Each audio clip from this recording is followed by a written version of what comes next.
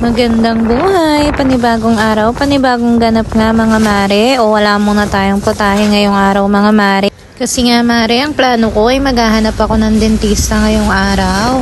Pero imbis nga dentista ang mahanap ko sa kakaikot ko, ay eto nga ang aming napuntahan. Mga mare, meron nga kaming napuntahan dito na bagong bukas na restaurant.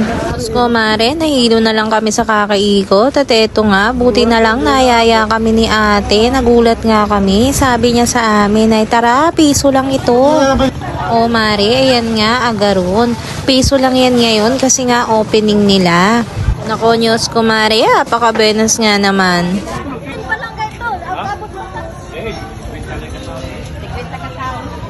Yan na nga si kuya, nagbibigay na siya ng number. Sige, pila na tayo. Wala namang mawawala. Tsaka piso lang ito mga mare.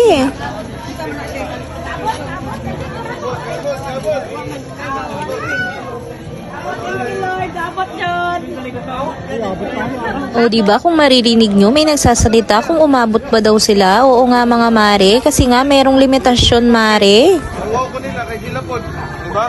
Kung kinsa rin nasa pila. Pwede i-vlog yan? Pwede kayo upload. At syempre nga, dahil mabait tayo, magpapaalam tayo mga mare. At ayan nga ang number namin, 33 at 34. Ang saya-saya ng babae.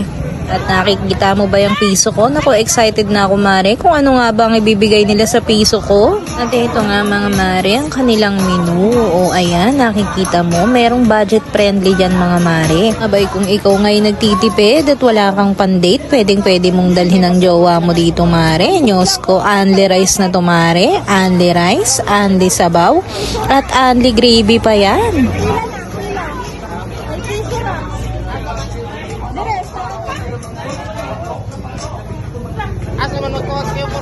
At dyan nga, ang dami nang nagtatanong sa akin kung ano ba daw yan dahil pinipilahan. Ay opo, piso lang po ito. Bilisan nyo, sana makahabol po kayo.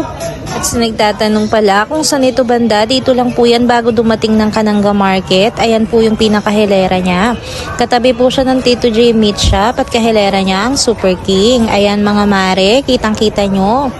Signage ng Agaron.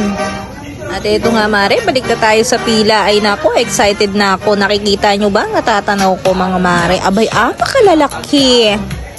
Para sa niya kung didikit na pangaon.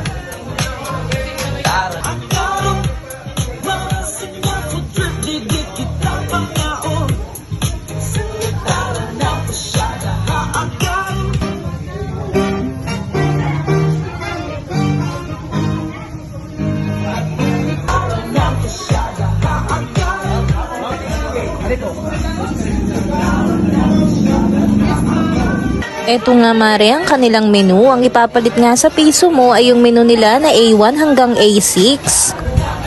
Aba, syempre mare, hindi lahat yun. Mamimili ka lang ng isa doon. Merong Shanghai, merong chicken, merong lempo, at meron ding chicharong bulaklak na mga putok-batok. Ay Diyos ko mare, kasarap ng kanilang libreng sabaw din eh. Bulalong-bulalo, lasang-lasa mo talaga. Pati ang kanilang gravy mga mare, hindi talaga tinipid at uulit-ulit ka nga. At nakita ko nga to, sabi umuulang kung hihingi ka ng extra rice. Paano ba yon? Aha! Ay Diyos ko, kasagwa ng babaeng ito. At ito na nga mare, ang aming order ay ang palibre ng agaron. Naku mare, sulit na sulit ang babayaran mo dito. Nakikita mo yung liempo. Abay, ewan ko kung liempo to mare, parang dragon naman to, napakalaki. At saka yung crispiness niya mga mare, ay naku, sobra-sobra. Hindi dahil piso lang ang binayaran ko dito, kaya yun ang sinasabi ko. Mga mare, talagang masarap siya. At ito nga, lalagyan ko pa ng gravy. Yung gravy nila, sobrang init mare. Nakita mo naman yung lagayan nila dun sa harapan. Kaya siya mainit talaga pag kumuha ka. Pabor na pabor nga to sa katulad ko na gravy lover. Oo mare, maraming gravy. Naku, heaven sa akin yan. Ayan, nakita mo, pinaliguan ko ng pork chop. Ay Diyos ko, pero bago dumating yung order ko, minom na ako ng isang mangkok ng gravy. Pasensya na po. Masarap po kasi talaga. Tara mga unta!